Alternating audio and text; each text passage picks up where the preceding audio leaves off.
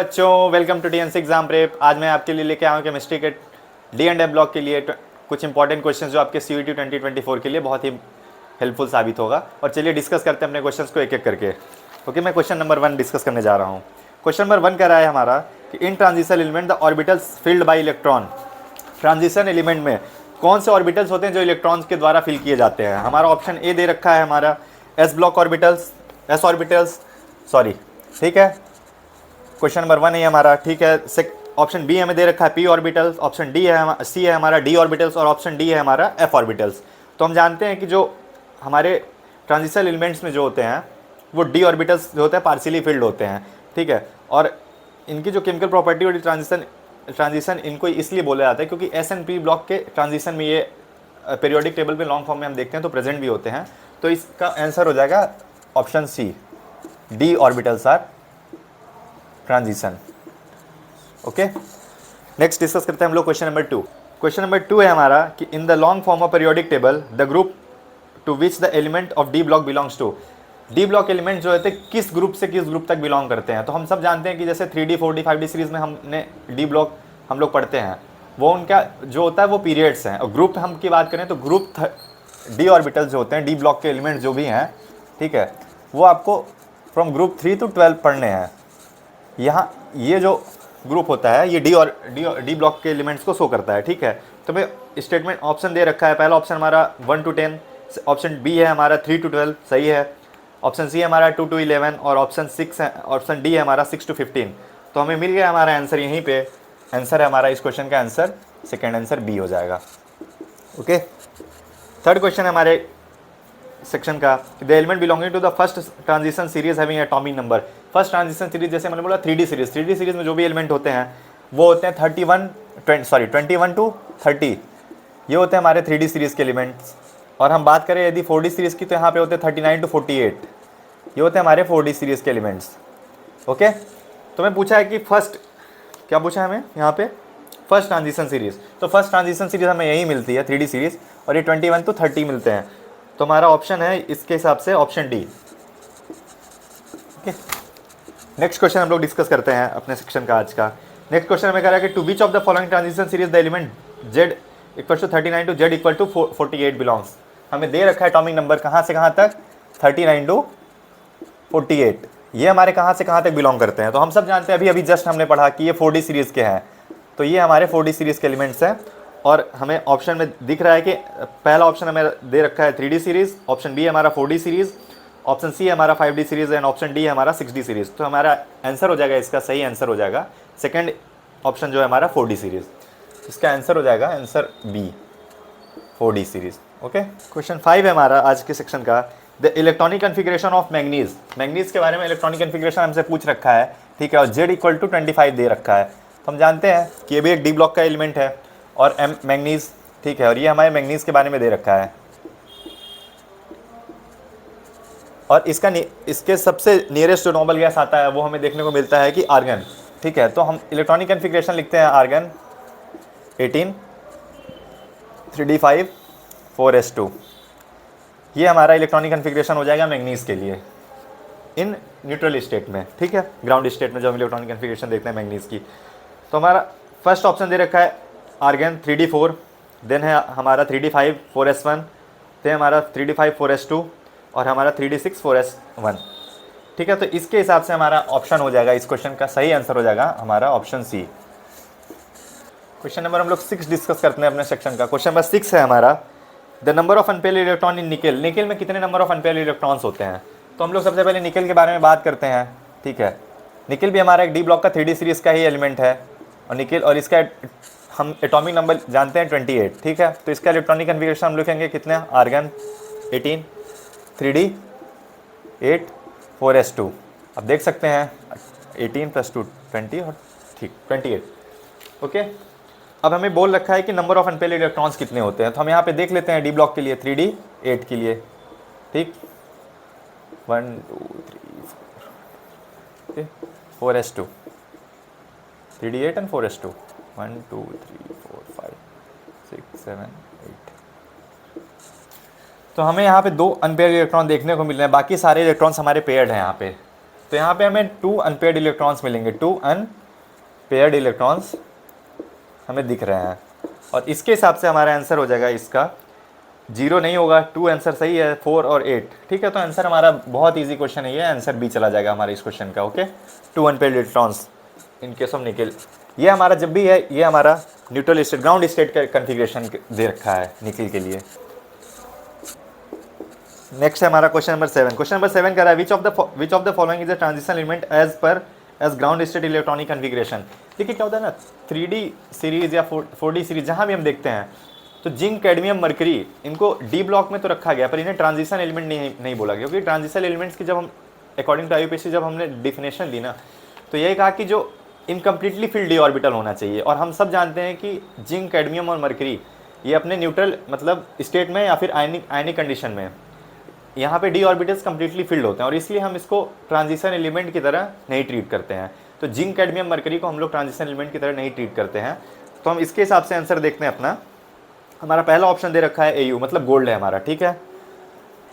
Option B है हमारा mercury, option C है हमारा कैडमियम, और ऑप्शन D है हमारा जिंक। तो हम सब जानते हैं, बहुत ही फेमस है ये बात, कि zinc, cadmium, mercury D block के तो होते हैं, पर ट्रांजिशन एलिमेंट की तरह बिहेव नहीं करते हैं। क्यों? क्योंकि उनके डी ऑर्बिटल्स कंप्लीटली फिल्ड होते हैं। इस हिसाब से हमारा आंसर हो जाएगा इस क्वेश्चन का, बहुत easy question, answer first AU। Okay, और हम बोलते हैं इसको एक्चुअली कि गोल्ड के लिए हम ये सिंबल यूज़ करते हैं। Question number 8। क्वेश्चन नंबर 8 हमारा है आज का, the atomic number of vanadium, chromium और मैग्नीज के एंड आयरन के लिए। हमें एटॉमिक नंबर दे रखा है किसके लिए? Vanadium, chromium, manganese, iron. इतना भी देता तो हम जानते हैं, ठीक है, 25, ये क्या है 23, 26। ओके, अब हमें पूछ रखा है कि which one of these may be expected to have the highest second ionisation enthalpy. Second ionisation enthalpy इनमें किसकी सबसे ज़्यादा होगी? तो हम इसके लिए सबसे पहले इनका कन्फिग्रेशन देख लेंगे। इनका कन्फिग्रेशन जब हम देखेंगे तो नियरेस्ट नोबल गैस यहाँ पे आर्गन, ठीक है, 3D 4s। ये कितना है हमारा? 18, ठीक, आर्गन 3D 5, 4s1,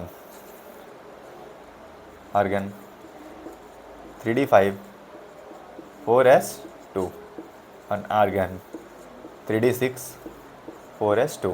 ठीक है, हम यहाँ देख सकते हैं हमसे सेकंड आयनाइजेशन एनर्जी के बारे में बोला है कि दूसरा इलेक्ट्रॉन हमें निकालने हैं जब, तो सबसे हाईएस्ट आयनाइजेशन एनर्जी किसकी ज़्यादा होगी। तो हम यहाँ देख सकते हैं कि यहाँ 4s1 क्रोमियम के केस में प्रेजेंट है। यदि हम यहाँ से एक इलेक्ट्रॉन निकालते हैं तो ये 4s0 हुआ, पर यदि हम नेक्स्ट इलेक्ट्रॉन निकालने जाएंगे तो हमें 3D 5 से इलेक्ट्रॉन निकालना होगा। और यहाँ हम देख सकते हैं कि 3D 5 मतलब ये D5 कहने का मतलब है यहाँ पे कि हाफ फील्ड ऑर्बिटल पूरी तरह से। और हाफ फील्ड ऑर्बिटल और फुल फील्ड ऑर्बिटल्स जो होते हैं हमारे, वो ज़्यादा स्टेबल होते हैं, क्योंकि नंबर ऑफ एक्सचेंज एनर्जी जो उनकी होती है वो ज़्यादा होती है। तो इसके हिसाब से हमारा आंसर हो जाएगा क्रोमियम।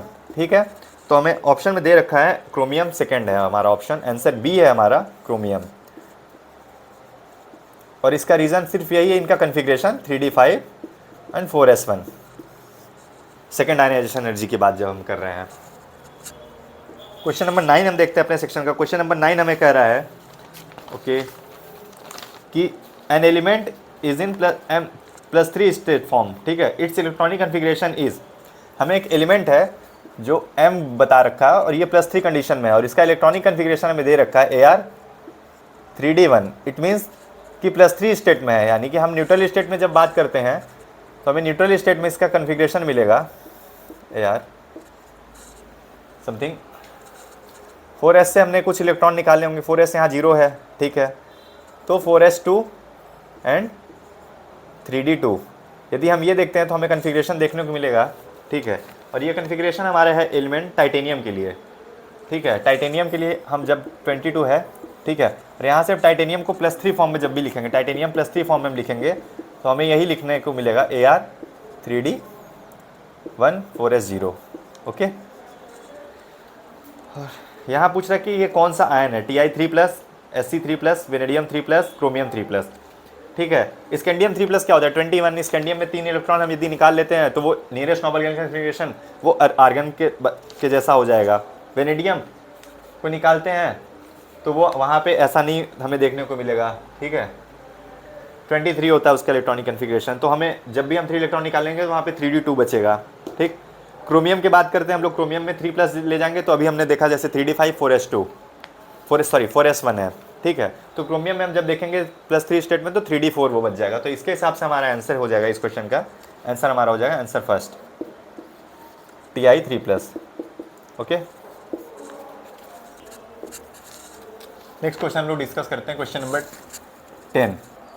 क्वेश्चन नंबर 10 हमें कह रहा है कि how many unpaired electrons are present in Fe2+ ion. ठीक है, सबसे पहले हम Fe का ग्राउंड स्टेट में कन्फिग्रेशन देखे तो इसका एटॉमिक नंबर 26, ये Ar, ठीक है, 3d6 4s2। अब हमें Fe2+ कंडीशन में बताना है इसकी, ये कन्फिग्रेशन Fe+2 कंडीशन में हम बताएंगे जब, तो Ar 3d6 4s0। सबसे बाहर वाले सेल से हम सबसे पहले इलेक्ट्रॉन निकालेंगे और हम जब 3d6 के लिए हम लोग ड्रॉ करेंगे इस तरीके से, ठीक, 1 2 3 4 5 एंड 6, तो हमें देखने को मिल रहा है यहाँ पे हमें 4 अनपेयर इलेक्ट्रॉन्स देखने को मिलेंगे। How many number unpaired electrons are present in Fe2+। Fe2+ में हमें 4 अनपेयर इलेक्ट्रॉन देखने को मिलेंगे जिनकी पेयरिंग नहीं हुई है, ठीक है। तो इसका आंसर हो जाएगा 4 अनपेयर्ड इलेक्ट्रॉन्स। और हमारा इस क्वेश्चन का ऑप्शन का हो जाएगा, ऑप्शन भी हमारा इसका हो जाएगा ऑप्शन सी, ठीक है। ऑप्शन सी हमारा जो ऑप्शन थर्ड हमारा ऑप्शन है वही हमारा 4 अनपेयर्ड इलेक्ट्रॉन वाला, ठीक। क्वेश्चन 11 डिस्कस करते हैं। Which one of the following set of ions have the same outer shell electronic configuration. Outer shell electronic configuration में बोल रहा है कि किनके लिए सेम होगा। सबसे पहले हमें देख सकते हैं कि जितने भी हमें ऑप्शंस दिए हैं, चारों ऑप्शंस में हमें 3 ही एलिमेंट्स का जिक्र किया गया है, क्रोमियम, मैंगनीज और आयरन। तो हम सबसे पहले इनका ग्राउंड स्टेट में इलेक्ट्रॉनिक कन्फिग्रेशन देख लेते हैं हम, क्रोमियम, मैंगनीज और आयरन। 26 25 ये हमारा एटॉमिक नंबर इसके लिए, और 24। हम इनके लिए जब भी देखते हैं हम इनका कन्फिग्रेशन तो हमें मिलता है argon 3d5 4s1, okay, 3d5 4s2 and 3d6 4s2। अब हमें बताना है कि किसके लिए आउटर सेल में इलेक्ट्रॉन सेम होंगे। Ions have same outer shell electronic configuration. हम जब भी जाते हैं हम यहाँ पे, ठीक है, तो यहाँ पे हम देख सकते हैं कि क्रोमियम पे +1 होगा तो ये 3d5 हो जाएगा, ठीक है, 3d5। यदि Mn पे +2 हो तो ये 3d5 होगा, और आयरन पे Fe+3 हो तो 3d6 हो जाएगा। हमें +3 +1 +2 करके दे रखा है जो भी, तो हम इसको एक एक करके चेक कर लेंगे, या फिर हम देख सकते हैं डायरेक्टली। तो यहाँ पे ये 3d5 सॉरी Fe+3 के स्टेट में 3d5 हो जाएगा, ठीक है। तो इस हिसाब से हमें क्वेश्चन मिल जाएगा क्रोमियम प्लस Mn+2 और Fe+3, ये तीनों आपस में इनका आउटर सेल इलेक्ट्रॉनिक कन्फिग्रेशन बिल्कुल सेम देखने को मिलेगा। तो इसके हिसाब से हमारा इस क्वेश्चन का आंसर चला जाएगा option number D, okay. Question number 12 हम लोग डिस्कस करते हैं। Identify the oxidation state of titanium. Z=22 हमें दे रखा है, उसके लिए atomic number and copper for Z=29 in their colourless compound. Colourless compound में क्या होगा, जब इनके सारे इलेक्ट्रॉन्स आपस में पेयर्ड होंगे, किसी तरह का कोई ट्रांजिशन नहीं हो रहा होगा, और सारे के सारे पूरी तरह से हमारा डायमैग्नेटिक कंडीशन शो करेगा, तो ये कोई कलर नहीं शो करेंगे। और इस कंडीशन में हम देख सकते हैं कि Z=22 और ये किसके लिए, टाइटेनियम के लिए, ओके। एंड Z=29 ये हमें किसके लिए दे रखा है, कॉपर के लिए। हम जानते हैं कि इसके लिए कन्फिग्रेशन जब हम लोग लिखते हैं तो आर्गन 3d2 4s2, और हम कॉपर के लिए लिखते हैं तो आर्गन 3d10 4s1, ओके। हम लोग का ये कन्फिग्रेशन है देखने को मिल रहा है, ठीक है। यहाँ से हम यदि देखते हैं कि बाहर के 4 इलेक्ट्रॉन यदि हम निकाल दें और यहाँ से हम 1 इलेक्ट्रॉन निकाल दें, तो सारे के सारे आपस में इलेक्ट्रॉन्स पेयर्ड हो जाएंगे। और इस हिसाब से हमारा टाइटेनियम +4 कंडीशन में हमें रहेगा कलरलेस, और कॉपर +1 कंडीशन में हमें कलरलेस देखने को मिलेगा, ठीक है। बहुत ईजी क्वेश्चन है ये, बस देखना है इसमें ध्यान से। और इसके हिसाब से हमारा ऑप्शन इसका चला जाएगा टाइटेनियम +4 एंड कॉपर +1, और ऑप्शन सी हमारा इसके लिए हो जाएगा आंसर, ठीक है। ये नियरेस्ट नोबल गैस कन्फिग्रेशन यहाँ पे अचीव कर लिया है यहाँ पे टाइटेनियम में, और यहाँ पे 3d10 सारे इलेक्ट्रॉन आपस में पेयर हो जाएंगे डी ऑर्बिटल में जाकर के। क्वेश्चन नंबर 13 हमें कह रहा है कि which of the following ion is diamagnetic.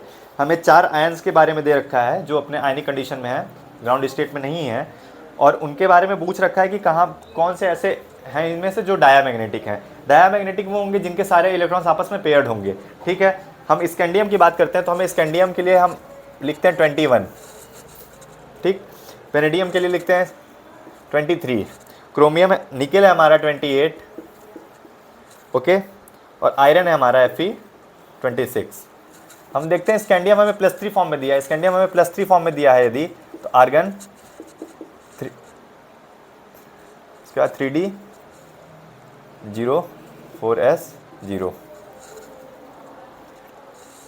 Okay. हमें वेनेडियम दिया है तो आर्गन 3D 4s0 एंड इसके लिए हमने वेनेडियम +3 फॉर्म में दिया है, ठीक है, और यहाँ पे 3। इट मीन्स कि हमें ये देखने को मिलेगा +3 फॉर्म में, ओके। और निकेल के लिए हमें दे रखा है किसमें, +2 फॉर्म में। +2 फॉर्म में हमें निकेल के लिए दे रखा है तो ये हम लिखते हैं 3D8 एंड 4s2 जनरली, लेकिन हमें +2 फॉर्म दे रखा है, यानी कि ये कुछ ऐसा मिलेगा देखने को हमें। और यहाँ पे हम Fe की बात करें तो Fe हमें +2 फॉर्म में दे रखा है तो ये हम लिखते हैं 3D6 एंड 4s2, और यहाँ पे +2 फॉर्म में है ये, तो ये क्या हो जाएगा 4s0। हम यहाँ देख सकते हैं कि जो हमारा आर्गन है वो नोबल गैस कन्फिग्रेशन अचीव कर रखा है, सॉरी स्कैंडियम है हमारा, नोबल गैस कन्फिग्रेशन अचीव कर रखा है, और इसके सारे के सारे इलेक्ट्रॉन्स आपस में क्या है, पेयर्ड है, और ये डायामैग्नेटिक हो जाएगा, डायामैग्नेटिक हो जाएगा आपस में, और ये क्या होगा, कलरलेस होगा हमारा, कलरलेस, ओके। तो इस हिसाब से हमारे इस क्वेश्चन का आंसर चला जाएगा, आंसर हमारा हो जाएगा स्कैंडियम +3, यही हमारा पहला ऑप्शन ही हो जाएगा हमारे इस क्वेश्चन का answer. Question number 14, question number 14 हमें कह रहा है which of the following exhibit maximum paramagnetism, जहाँ पे नंबर ऑफ अनपेयर्ड इलेक्ट्रॉन जितने ज़्यादा होंगे वो मैक्सिमम उतना ही ज़्यादा पैरामैग्नेटिज्म शो करेगा, ठीक है। और यहाँ पे हम देख सकते हैं कि हमें दे रखा है क्या, Fe2+ के लिए हमें सबसे पहले Fe2+ के लिए दे रखा है, ठीक।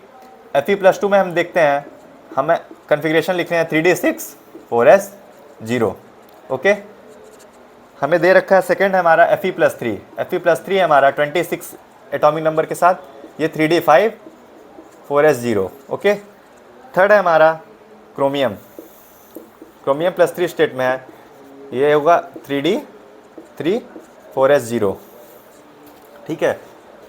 ग्राउंड स्टेट में 3D5 4s1 लिखते हैं हम लोग, ये +3 कंडीशन में हमें दे रखा है, तो यानी कि ये 3D3 4s0 होगा। उसके बाद हमें Mn दे रखा है, Mn +3 कंडीशन में 25, ठीक है, तो हम ये लिखते हैं 3D4 4s0, ओके। अब हम यहाँ देख सकते हैं कि नंबर ऑफ अनपेयर्ड इलेक्ट्रॉन सबसे ज़्यादा कहाँ होंगे, ये हम D6 के लिए ड्रॉ कर रहे हैं, ठीक। ये हमारा D5, ये हमारा D3, और ये हमारा D4, ओके। यहाँ पे हमारे पास 4 अनपेयर्ड इलेक्ट्रॉन्स हैं, सारे के सारे अनपेयर्ड हैं। यहाँ पे 3 अनपेयर्ड इलेक्ट्रॉन्स हैं हमारे पास, यहाँ पे हमारे पास 5 अनपेयर्ड इलेक्ट्रॉन हैं, और यहाँ पे भी हमारे पास 4 अनपेयर्ड इलेक्ट्रॉन हैं। तो सबसे ज़्यादा मैक्सिमम जो हमें अनपेयर्ड इलेक्ट्रॉन मिल रहा है वो यहाँ मिल रहा है 5 अनपेयर्ड इलेक्ट्रॉन्स, 5 अनपेयर्ड इलेक्ट्रॉन्स यहाँ पे प्रेजेंट हैं, और ये मैक्सिमम पैरामैग्नेटिज्म एग्जिबिट करेगा, और इसके हिसाब से हमारा आंसर चला जाएगा Fe+3, ठीक है। और Fe+3 हमारा ऑप्शन दे रखा है, ऑप्शन हमारा है इस क्वेश्चन का ऑप्शन बी, और ये हमारा सही आंसर होगा। क्वेश्चन 15 है हमारे सेक्शन का। क्वेश्चन 15 हमें कह रहा है विच ऑफ द फॉलोइंग है similar magnetic moment. Magnetic moment निकालने का सबसे पहले मैग्नेटिक मोमेंट 15 है हमारा क्वेश्चन। ये मैग्नेटिक मोमेंट निकालने का हमारा तरीका होता है √of n+2, okay, where n equals to number of unpaired electrons,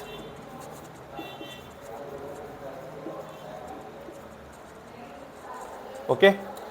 n equals to number of unpaired electrons है हमारे पास, जहाँ पे ये पूछ रखा है सिमिलर, तो जिसके पास number of unpaired electron similar होंगे वो हमारे सिमिलर मैग्नेटिक मोमेंट शो करेंगे। तो हम डिस्कस करते हैं, देखिए Ni+2 के लिए, Ni+2 में हमारे पास कितना है 3D8 4s0, ओके।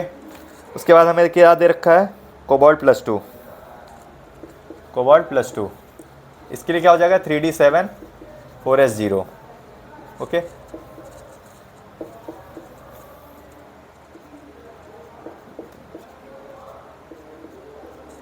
यहाँ पे हमारे पास 2 अनपेयर्ड इलेक्ट्रॉन्स मिल रहे हैं हमें, और यहाँ पे हम बात करते हैं तो 3d7 में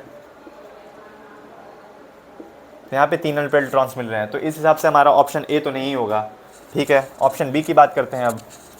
ऑप्शन बी है हमारा Fe2+ एंड Mn2+। Fe2+ की बात करते हैं और Mn2+। Fe2+ है हमारा 3d6 4s0, ओके। तो यहाँ पे हम लोग 3d6 की जब फिलिंग करते हैं तो ओके, और Mn2+ की बात जब करते हैं तो 3d5 4s0, ठीक। कन्फिग्रेशन मैं नहीं कर रहा हूँ, कन्फिग्रेशन मैंने प्रीवियस क्वेश्चन में ये सिमिलर एग्जांपल्स आ गए हैं तो मैंने उनको करा दिया है, ठीक है। तो यहाँ पे हमें देख रहे हैं 4 अनपेयर्ड इलेक्ट्रॉन मिल रहे हैं, यहाँ पे हमें 5 अनपेयर्ड इलेक्ट्रॉन्स मिल रहे हैं। तो इस हिसाब से हमारा ऑप्शन बी भी गलत हो गया। ऑप्शन सी की बात हम करते हैं तो ऑप्शन सी हमें कह रहा है Fe+3 एंड Mn+2। Fe+3 हम जब देखते हैं तो हमें मिलता है 3d6 3d5 4s0। तो यहाँ पे हमें 3d5 एंड 4s0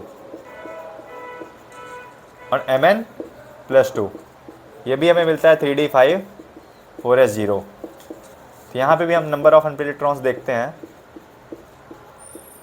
तो यहाँ पे 5 नंबर ऑफ अनपेयर्ड इलेक्ट्रॉन्स हैं और यहाँ पे भी 5 नंबर ऑफ अनपेयर्ड इलेक्ट्रॉन्स हैं। तो ये तो हमारा ऑप्शन सही हो गया, पर एक बार हम क्रॉस चेक करने के लिए हम ऑप्शन डी का भी यूज़ करते हैं। ऑप्शन डी हमें क्या कह रहा है? ऑप्शन डी हमें दे रखा है क्रोमियम+3। ऑप्शन डी हमें दे रखा है क्रोमियम+3 24 एंड Mn+3। तो Mn+3 के लिए तो अभी हमने देखा जस्ट क्या लिखते हैं हम लोग 3d5 और सारे के सारे अनपेयर्ड इलेक्ट्रॉन्स, सॉरी Mn के लिए 3d4 4s0 होगा। अभी हमने Mn2+2 के लिए देखा, ओके। तो यहाँ पे हमें 4 अनपेयर्ड इलेक्ट्रॉन्स मिल जाएंगे, ओके। यहाँ क्रोमियम की बात करते हैं तो 3d5 4s1 जनरली कन्फिग्रेशन होता है, पर यहाँ पे +3 कंडीशन में ये क्या हो जाएगा 3d3 4s0, ओके। तो यहाँ पे 3 अनपेयर्ड इलेक्ट्रॉन है, यहाँ पे 4, तो ये भी सिमिलर नहीं है। हमें सिमिलर पूछ रखा है तो इसके हिसाब से हमें इस क्वेश्चन का ऑप्शन चला जाएगा, आंसर हो जाएगा इसका हमारा ऑप्शन सी, ठीक है। Fe+3 and Mn+2। Just previous question में हमने देखा कि सिमिलर मैग्नेटिक मोमेंट हमें पूछ रखा है तो Fe+3 और Mn+2 के लिए सिमिलर मैग्नेटिक मोमेंट होगा because they have similar number of unpaired electrons, okay. Question number 16 हम लोग डिस्कस करते हैं अपना सेक्शन का। क्वेश्चन नंबर 16 हमें दे रखा है कि for a transition metal ion the number of unpaired electron is 3। हमें नंबर ऑफ अनपेयर्ड इलेक्ट्रॉन के बारे में ये बता रहा है, कितना है? 3 है, ओके। और मैं पूछ रहा है इट्स इफेक्टिव मैग्नेटिक मोमेंट। हमने मैग्नेटिक मोमेंट निकालने का तरीका सीखा, मैग्नेटिक मोमेंट निकालने का तरीका हमने अभी जस्ट सीखा है, ठीक है। √n n+2, ठीक है। Bm इसकी यूनिट हम लोग बोहर्स मैग्नेट्रॉन में लिखते हैं यूनिट, पर हमें यहाँ पे सिर्फ स्टैंडर्ड डेटा मांग रखा है तो हम इसको पुट कर देते हैं 3 + 2 √15। हम जानते हैं कि √16 की वैल्यू होती है 4, तो यानी कि हमारा जब भी आंसर होगा ये 4 से थोड़ा सा कम होगा, तो नियरली हमारा ये जो आंसर होगा अप्रॉक्स 4 होगा, ओके। अब आंसर में मैं खोजने का एग्जैक्ट मुझे रूट नहीं पता है तो हम कैसे खोजते हैं इसको? हमें ऑप्शन ए दे रखा है 2.4, ऑप्शन बी है हमारा 2.82, ऑप्शन सी है हमारा 3.87, ऑप्शन 4 है हमारा 4.89। तो हमारा जस्ट छोटा होना चाहिए 4 से, और वो हमें दिख रहा है। आंसर हमारा इस क्वेश्चन का हो जाएगा ऑप्शन सी 3.87 जो भी दे रखा है इसको Bm बोहर्स मैग्नेट्रॉन, इसको यूनिट के साथ हम लोग रिप्रेजेंट करते हैं, okay. Question number 17, question number 17 हमारा क्या कर रहा है? Which of the following characteristics of transition metal is associated with their catalytic activity. Catalytic activity के साथ इनमें हमें 4 कैरेक्टर्स दे रखे हैं, हमें बताना है कि कौन सा यहाँ पे कैटालिटिक एक्टिविटी के साथ एसोसिएट कर रहा है, ओके। हमारा पहला दे रखा है कि colour of hydrated ion. Colour जो होता है वो हमारा डी ट्रांजिशन की वजह से आता है ट्रांजिशन मेटल्स के केस में। डायमैग्नेटिक बिहेवियर का कैटालिटिक एक्टिविटी से कोई रिलेशन नहीं होता। उसके बाद पैरामैग्नेटिक बिहेवियर का भी कोई रिलेशन नहीं है। वेरिएबल ऑक्सीडेशन स्टेट ये हम कह सकते हैं क्योंकि इनकम्प्लीटली फिल्ड डी ऑर्बिटल्स होते हैं और वापस में इलेक्ट्रॉन और लिगेंड के बीच में अपने इलेक्ट्रॉन को एक्सेप्ट करते हैं और अपने ऑक्टेट को कंप्लीट करने के लिए, ठीक है। और ये वेरिएबल ऑक्सीडेशन स्टेट शो करते हैं, ठीक। ये ट्रांजिशन स्टेट की प्रॉपर्टी है कि ये वेरिएबल ऑक्सीडेशन स्टेट शो करते हैं। तो ऑप्शन डी हमारा ये चला जाएगा इसका, variable oxidation state, okay. Question number 18 है हमारा, interstitial compound are formed when small atoms are trapped inside the crystal lattice of metal. Which of the following is not the characteristic property of interstitial compounds? Interstitial compounds के बारे में हमें दे रखा है कि हम जानते हैं इंटरस्टिशियल कंपाउंड्स वो कंपाउंड्स होते हैं जब भी कोई स्मॉल एटम, फॉर एग्जांपल आपके बुक के यदि अकॉर्डिंग मैं देखूं तो हाइड्रोजन, कार्बन या फिर नाइट्रोजन के बारे में दे रखा है कि जब भी वो किसी मेटल क्रिस्टल में ट्रैप करते हैं तो ऐसे कंपाउंड जो होते हैं वो इंटरस्टिशियल कंपाउंड्स का फॉर्मेशन करते हैं। और यहाँ पे हमें इनके प्रॉपर्टी के बारे में दे रखा है, तो हम जानते हैं कि ये पहली प्रॉपर्टी जो इनके बारे में दे रखी है मैं वो पढ़ता हूँ आपके बीच। They have high melting point in comparison to pure metals. ये बात सही है कि इनकी मेल्टिंग पॉइंट जो इंटरस्टिशियल कंपाउंड्स की होती है वो बहुत हाई होती है और ये नॉन स्टोइकोमेट्रिक कंपोजिशन जो भी अपना बनाते हैं। ओके, उसके बाद ये है दे आर वेरी हार्ड, तो ये बात भी सही है, दे आर वेरी हार्ड। और सम बोराइड्स ऐसे होते हैं जो अप्रोच जिनकी डायमंड के लेवल की हार्डनेस होती है। ऑप्शन सी हमें दे रखा है दे रिटेन मेटेलिक कंडक्टिविटी, इनके पास कंडक्टिविटी मेटेलिक होती है, बिल्कुल सही बात है। ऑप्शन डी हमें दे रखा है कि they are chemically very reactive, ऐसा नहीं, interstitial compounds are high very inert, कि नेचर में रिएक्टिव नहीं होते हैं, बहुत ही इनर्ट होते हैं। ठीक है, और इसके हिसाब से हमें ऑप्शन ये पूछ रखा था कि कौन सा इसमें से कैरेक्टरिस्टिक प्रॉपर्टी इंटरस्टिशियल कंपाउंड्स की नहीं है, तो हमने देखा कि ये इनर्ट होते हैं नेचर में, रिएक्टिव नहीं होते हैं। ठीक है, तो ऑप्शन डी इसका हो जाएगा। ठीक है, ठीक, इस क्वेश्चन का हमारा ऑप्शन डी सही आंसर होगा, दे आर केमिकली रिएक्टिव। ये स्टेटमेंट भी गलत।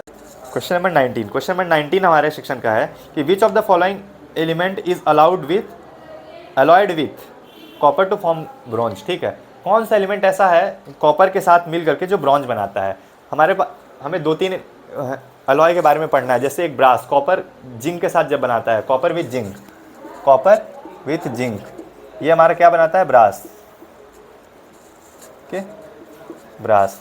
कॉपर विथ टिन, ये हमारा बनाता है ब्रॉन्ज। और कॉपर निकेल प्लस जिंक, ये मिल करके बनाते हैं क्या, जर्मन सिल्वर। ओके,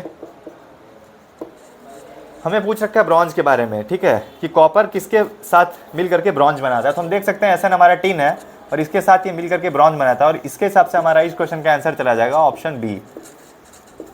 ओके, हम डिस्कस करते हैं अपने सेक्शन का क्वेश्चन नंबर 20। हमें एक रिएक्शन के बारे में दे रखा है कि when MnO2 is fused with KOH and KNO3 A coloured compound is formed, the product and colour its colour. ठीक है, हमें MnO2 का KOH के साथ हमें रिएक्शन दे रखा है KNO3 के प्रेजेंस में, और हमें इसके बारे में पूछ रखा है। एक्चुअली ये होता है K2MnO4, जब भी हम MnO2 को हम रिएक्ट कराते हैं, MnO2 हमारा MnO2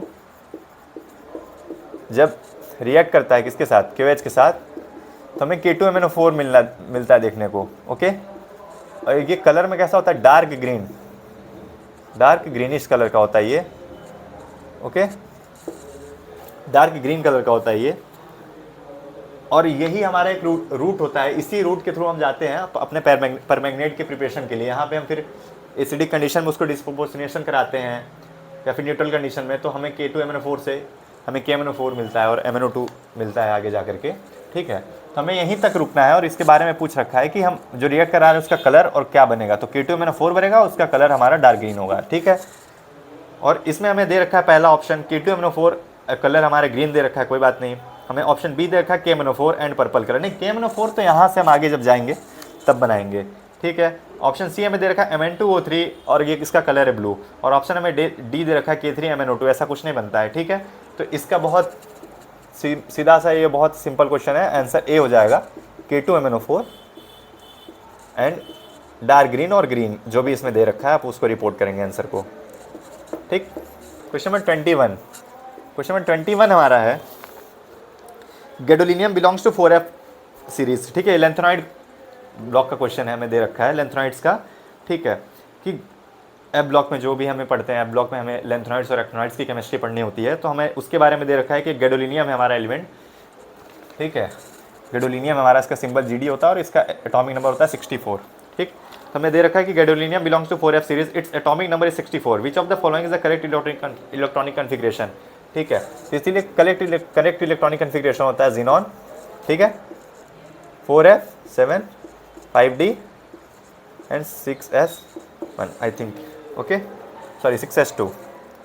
ठीक, 4F7 होता है और हाफ फील्ड ऑर्बिटल्स होते हैं F में। ठीक है, और हाईली स्टेबल ये कन्फिग्रेशन है इसका, ठीक है। तो इसके अकॉर्डिंग आप देखेंगे तो आपको पहला ही आंसर मिल जाएगा इसका, पहला ऑप्शन ए ही है हमारा, और ये हमें ग्राउंड स्टेट में पूछ भी रखा है, ऑप्शन ए है हमारा इस क्वेश्चन का। Okay, question number 22।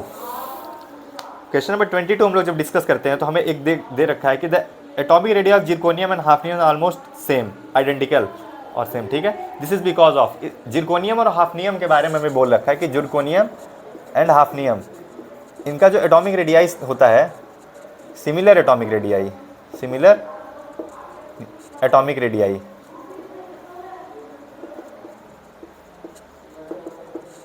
ये हमें सिमिलर एटॉमिक रेडियाई देखने को मिलता है। और इसका बहुत ही फेमस क्वेश्चन है, हम सब जानते हैं कि इसका एग्जांपल है, सॉरी एक्सप्लेनेशन जो है वो है इनका lanthanoid contraction, lanthanoid contraction. Okay, यहाँ पे क्या होता है कि न्यूक्लियस के द्वारा जो 4f के इलेक्ट्रॉन्स होती है उनकी पुअर शिल्डिंग की वजह से, ठीक है, न्यूक्लियस के द्वारा उनकी पुअर शिल्डिंग होती है जिससे हाई न्यूक्लियर चार्ज डेवलप होता है, हाई जेड इफेक्टिव होती है, ठीक है, और इनके साइज जो होता है ऑलमोस्ट सिमिलर हो जाता है, ठीक। तो इसका आंसर हो जाएगा हमारा, आंसर हो जाएगा हमारा B, lanthanoid contraction. Okay, question number 23 पे हम आ जाते हैं, ठीक है। क्वेश्चन नंबर 23 हमारा कह रहा है what is the general formula of the product obtained on heating L N with sulphur. हम जो लेंथेनॉइड्स को सल्फर के साथ ट्रीट करते हैं तो हमें क्या मिलता है, जब भी जो सल्फाइड मिलता है वो हमें मिलता है Ln2S3। ओके, ये तो हमें मिलता है सल्फाइड जब भी हम सल्फर के साथ ट्रीटमेंट करते हैं, पर ये एलन का हमें कार्बन के साथ ट्रीटमेंट जब मिले तो हमें 3 तरह के कार्बाइड मिलते हैं, Ln3C, Ln2C3 and Ln C2, ठीक है। ये भी आपको याद रखना है, आपके सिलेबस में है, ठीक है। और इसमें आपको दे दिया कहीं कि कौन सा कार्बाइड नहीं बनता है, मान लीजिए आपको Ln C4 करके कोई एक ऑप्शन दे देता है, तो हम जानते हैं इस तरह का कोई कार्बाइड नहीं बनता है, Ln3C, Ln2C3 and Ln C2 हमारे यही कार्बाइड फॉर्म होते हैं। ओके, तो इस हिसाब से हमें जो मिल रहा है वो हमारा सल्फाइड के बारे में पूछा है, तो Ln2S3 ये हमारा मिलेगा। और इसके हिसाब से हमें देख सकते हैं हमारा पहला ऑप्शन है LnS, ऑप्शन सेकंड है हमारा LnS3, ऑप्शन सी है हमारा Ln3S2, ध्यान से एकदम, और ऑप्शन 4 है हमारा Ln2S3। तो हम देख लिए हमारा ध्यान से एकदम Ln2S3, यानी कि हमारा ऑप्शन चला जाएगा इस क्वेश्चन का option number D, fourth option हमारा इसका करेक्ट ऑप्शन हो जाएगा। ओके, क्वेश्चन नंबर 24 है हमारा। क्वेश्चन नंबर 24 हमें कह रहा है कि द करेक्ट स्टेटमेंट, हमें कुछ स्टेटमेंट्स दे रखे हैं और उनमें हमें करेक्ट स्टेटमेंट आप उसमें से पिक आउट करना है। Okay, the earlier member of the lanthanide series resemble calcium in their chemical properties. जब आप लेंथेनाइड्स की जनरल कैरेक्टरिस्टिक प्रॉपर्टी आप पढ़ेंगे तो वहाँ पे देखेंगे कि आपको जो अर्लियर मेंबर होते हैं उनकी रिएक्टिविटी कैल्शियम के लगभग जैसी होती है लेंथेनाइड्स की, but with increase in atomic number, जब आप जैसे जैसे एटॉमिक नंबर के साथ बढ़ते हैं तो ये बिहेवियर कैल्शियम से की तरफ से हट करके अल्मोनियम की तरफ शिफ्ट होने लगता है। तो ऑप्शन स्टेटमेंट ए हमारा जो है वो हमारा बिल्कुल सही है। स्टेटमेंट बी हमें दे रहा है कि the extent of actinoid contraction is almost same as lanthanoid contraction. ऐसा नहीं है, एक्टिनॉइड कॉन्ट्रैक्शन जो होता है लेंथेनॉइड कॉन्ट्रैक्शन से ज़्यादा होता है, क्योंकि यहाँ पे 5f के जो ऑर्बिटल्स होते हैं उनकी और ज़्यादा पुअर शिल्डिंग होती है as compare to 4f orbitals, ठीक है। तो ऑप्शन बी तो हमारा गलत है, ठीक। ऑप्शन सी हमें दे रखा है, बोल रहा है कि in general lanthanoid and actinoid do not show variable oxidation. ऐसा भी नहीं है, एक्टिनॉइड जो होते हैं वो बहुत वेरिएबल ऑक्सीडेशन स्टेट शो करते हैं। रीज़न है कि वहाँ पे 5f 6d और जो 7s के ऑर्बिटल्स होते हैं उनकी एनर्जी आपस में कंपेरेबल होती है, और जिसकी वजह से वहाँ से इलेक्ट्रॉन को निकाल पाना बहुत ईजी हो जाता है, क्योंकि ड्यू टू कंपेरेबल एनर्जीज, ठीक है। और इस हिसाब से तो वो बहुत वेरियस ऑक्सीडेशन स्टेट शो करते हैं, और यहाँ पे हमें दे रखा है कि does not show variable oxidation state, तो इस स्टेटमेंट सी भी हमारा गलत हो जाएगा। और ऑप्शन डी जो लास्ट है हमें वो पढ़ते हैं कि cerium plus 4 is aqueous, cerium plus 4 in aqueous solution is not known. Cerium plus 4 के बारे में बोल रखा है, ठीक है। तो सीरियम के लिए हम देखते हैं, ठीक है, 54 है ये हमारा आई थिंक, तो xenon, okay, 4f1 5d1 and 6s2, ये हमारा कन्फिग्रेशन मिलता है जनरल कन्फिग्रेशन। और हम सीरियम प्लस 4 की बात करेंगे, जब सीरियम हम प्लस 4 स्टेट में देखते हैं तो प्लस 4 स्टेट में हमें ये मिलेगा 4f0 5fd0 and 6s0। Okay, हम देख सकते हैं कि एक्वस स्टेट में जब सीरियम प्लस 4 हो रहा है तो वो extra stable electronic configuration gain कर रहा है, अचीव कर ले रहा है एक high electronic configuration, nearest noble gas के बराबर हो जा रहा है, जो कि बहुत ही स्टेबल होगा। तो ये बोल रहा है कि नॉट नोन, तो ऐसा नहीं है, वो चाहेगा कि हम ये कन्फिग्रेशन अचीव करें और हम स्टेबिलिटी गेन करें। तो इस क्वेश्चन का हमारे आंसर हो जाएगा हमारा आंसर ऑप्शन हमारा पहला ही हो जाएगा कि जो ये हमें दे रखा है कि स्टार्टिंग की जो रिएक्टिविटी होती है उनकी वो कैल्शियम के जैसे होती है, जैसे जैसे एटॉमिक नंबर के साथ हम बढ़ते हैं वो रिएक्टिविटी जो शिफ्ट कर जाती है कैल्शियम से एल्युमिनियम की तरफ। ओके, जनरल कैरेक्टरिस्टिक में आप जब पढ़ेंगे तो ये आपको लेंथेनाइड्स के जनरल कैरेक्टरिस्टिक में पढ़ने को मिलेगा। क्वेश्चन नंबर 25, क्वेश्चन नंबर 25 हमें एक मैचिंग दे रखा है, ठीक है, अल्कलाइन KMnO4 TiO AgBr और V2O5 के बारे में। हम सबसे पहले जो हमारा सबसे आसान है V2O5 की बात करते हैं, ठीक है। V2O5 हम यूज़ करते हैं कहाँ पे, वेनेडियम पेंटॉक्साइड इसको बोलते हैं हम लोग, और ये हम लोग कॉन्टैक्ट प्रोसेस में यूज़ करते हैं, कॉन्टैक्ट प्रोसेस में, और इसकी मदद से हम लोग H2SO4 की प्रिपरेशन करते हैं। ओके, H2SO4 की प्रिपरेशन करते हैं। तो हमें दे रखा है कहाँ पे, ये फोर्थ है, और फोर्थ में हमें दे रखा है मैन्युफैक्चर ऑफ H2SO4, यानी फोर्थ के लिए तो हमारा डी मिल गया हमें, ठीक है, जो सबसे इजी है उसको मैं सबसे पहले मैच किया। उसके बाद हमें दे रखा है AgBr, हमने देखा है अपने कि फोटोग्राफी में इसका बहुत इस्तेमाल करते हैं, AgBr का एक कॉम्प्लेक्स हम बनाते हैं, ठीक है। तो हमें थर्ड ऑप्शन जो है हमारा AgBr वो फोटोग्राफी में यूज़ करते हैं हम लोग, और इसके लिए हमारा आंसर हो जाएगा इसका ऑप्शन बी।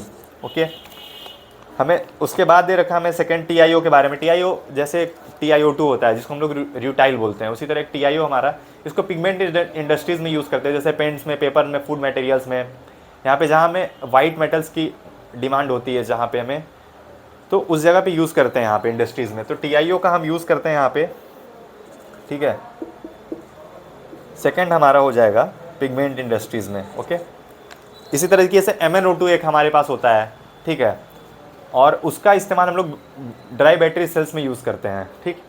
और हमें पहला दे रखा है अल्कलाइन KMnO4 हम लोग जानते हैं, ठीक है, कि ये जब भी कोई अल्काइन होता है, ठीक है, सॉरी अल्कीन होता है, ठीक है, अल्कलाइन KMnO4 की हेल्प से, okay, with help of alkaline KMnO4, तो बेयर्स रिएजेंट के नाम से हम लोग जानते हैं। तो ये हमारे विक्सिनल डायोल देखने को मिलता है, ठीक है, ये डबल बॉन्ड को हटा करके हमें एक डायोल मिलता है, वो भी विक्सिनल डायोल। बड़ा ही इंपॉर्टेंट इसका एप्लीकेशन होता है, इसमें नेम रिएक्शन में हम लोग विक्सिनल डायोल की पढ़ते हैं, पिनोकोल रीअरेंजमेंट। ओके, तो इस हिसाब से हमारा फर्स्ट का जो मैचिंग हो जाएगा वो हो जाएगा ऑक्सीडेशन ऑफ अल्कीन, ठीक है। तो ये हमारा हो जाएगा सी, हमें पहले के लिए सी मिल रहा है, हमारा एक ही ऑप्शन दिख रहा है ऑप्शन सी, ठीक है, तो आंसर हमारा सी हो जाएगा, ठीक है। यहाँ पे हम देख सकते हैं पहले के लिए हमारा सी है, सेकंड के लिए हमारा ए दे रखा है, ठीक है, थर्ड है हमारा बी, ओके, और फोर्थ है हमारा डी, तो ये हमारा आंसर इसके लिए चला जाएगा C. Thank you very much. मैं ऐसे इंपॉर्टेंट सेशंस आपके लिए एक एक चैप्टर्स के लिए बीच बीच में लेकर के आता रहूँगा। ओके।